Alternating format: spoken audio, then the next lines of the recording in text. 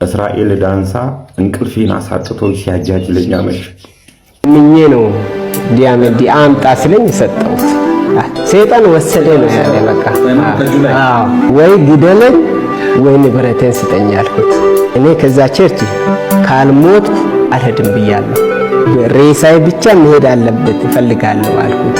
ሃይማኖቴንም ጠላሁ፣ ጴንጤ መሆኔ ጠላሁ። በቃ ከዛ በኋላ አትፈልጋለ እኔ ጅጅጋ ነው ያየው በመንፈስ ያለ የወሰደው ሰውዬ ጅጅጋ ነው ያየው በመንፈስ ያለ።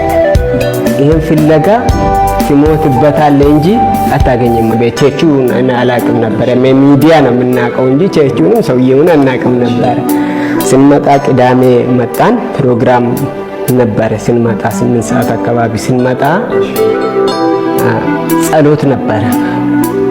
ጸለይ ፕሮግራም ካለቀ በኋላ ወደ ጀርባ ላይ እናውን ታበሲሳ በተለያዩ ጊዜ የተነሱ እስራኤል ዳንሳ ዲያመንድ ሰርቋል እያሉኝ ሲያሙኝ በጌታ ስም ችዬ ዝም ብዬ ነበረ።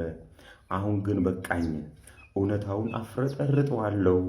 ሰኞ ማታ 4 ሰዓት ጠብቁኛል። ጠበቅነው አልመጣም። ማክሰኞ ብቅ አለና ዛሬ 4 ሰዓት ጠብቁኛል። ጠበቅነው 5 ሰዓት ላይ መጣ።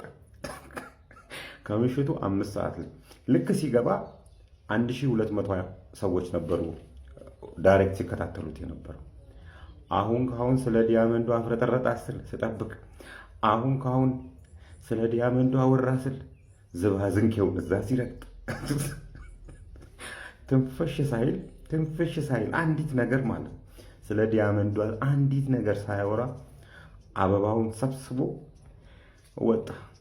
ከ5 ሰዓት እስከ 6 ሰዓት 1200 ሰው የነበረው 163 ሰው ድረስ ስንጠብቀው ነበር። እንቅልፋችንን አተን የስራህን ይስጥ እስራኤል። የእንትና ብቻ ባናይ የግል ብናይ እኔ የራሴን አባ ሆይ ብዬ እኔ የራሴን ባይ አንተ የራሴን ብታይ እኮ ነው የሚሻለው። አሁን የሚያዋጣን ጉዳይ ወደ እንትና ብቻ አይደለም። ያ አያዋጣም፣ ያ አይጠቅምም፣ ያ እንደምታስበው አይሆንም። አሁን የሚያዋጣ ምንድን ነው? አንተ ራስህ ማየት አለብህ። አንተ ማነህ? አንቺ ማነሽ? አውቀሻል?